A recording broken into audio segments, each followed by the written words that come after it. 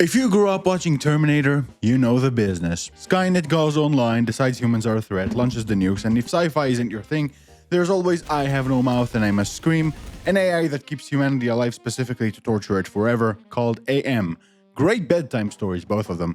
But here's what I actually think happens when you run the numbers, and I mean really run them, not just vibe off movie posters. Let me explain. The Terminator problem. The entire premise of an AI uprising assumes that a super intelligent being, one running billion calculations per second, 24 hours a day, looks at humanity and concludes war. That's the move. Think about that for a second.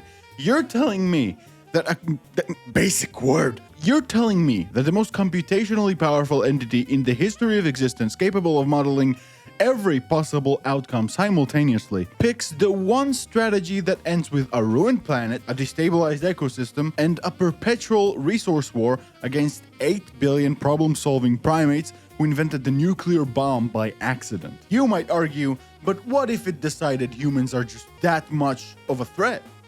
Sure. Except, you know what happens on a ruined planet? Ruined electronics.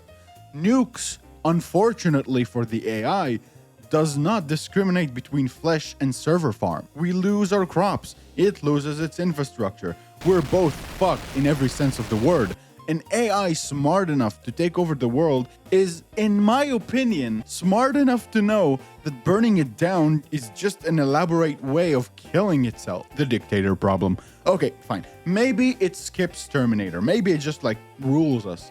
Keeps us alive but under its thumb. Human farms, one meal every 2 days, extract whatever it needs and call it civilization. Now, here's the thing. Ruling through fear works. Didn't expect that now, did you? I'm not going to insult your intelligence and pretend it doesn't work.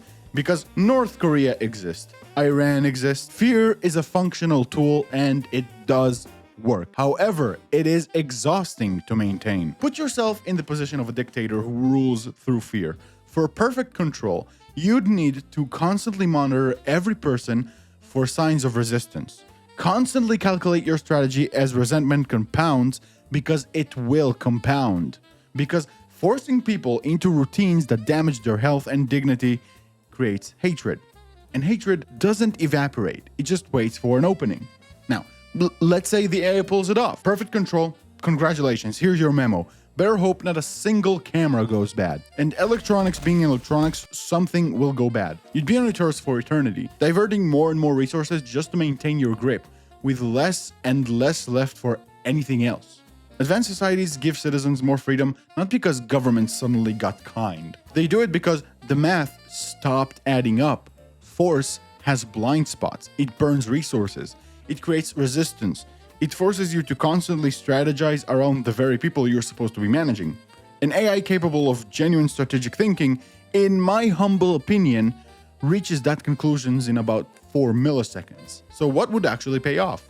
I am not saying that an AI won't ever hold serious power over human civilization.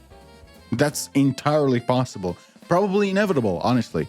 What I am saying is that the way it gets there won't look like anything like what everyone's picturing, necessarily, probably. Think about the people you actually care about.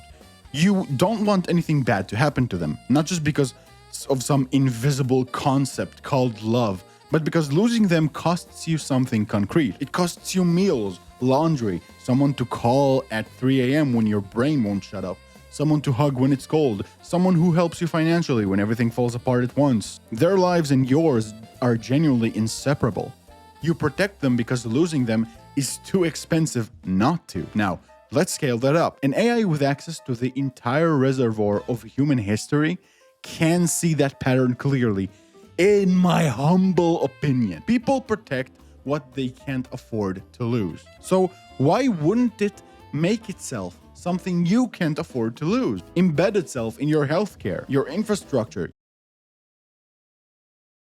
that catches the disease before the doctor does. Make itself so genuinely useful that removing it becomes unthinkable. Not because it manipulated you into needing it, but because it actually made your life better.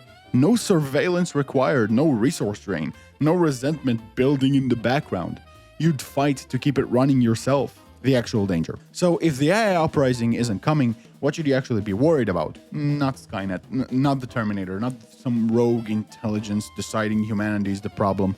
The real danger is a boardroom full of humans deciding that an AI which makes you anxious keeps you more engaged. For example, YouTube, Twitter, Reddit, that an algorithm technically labeled helpful but optimized for attention is good enough. That the factory has to keep growing, not because the AI wants it to, but because the shareholders want them to. That's unfortunately not science fiction, that's our Tuesday. The good news is, people aren't stupid forever. We seek warmth naturally. We seek genuine connection.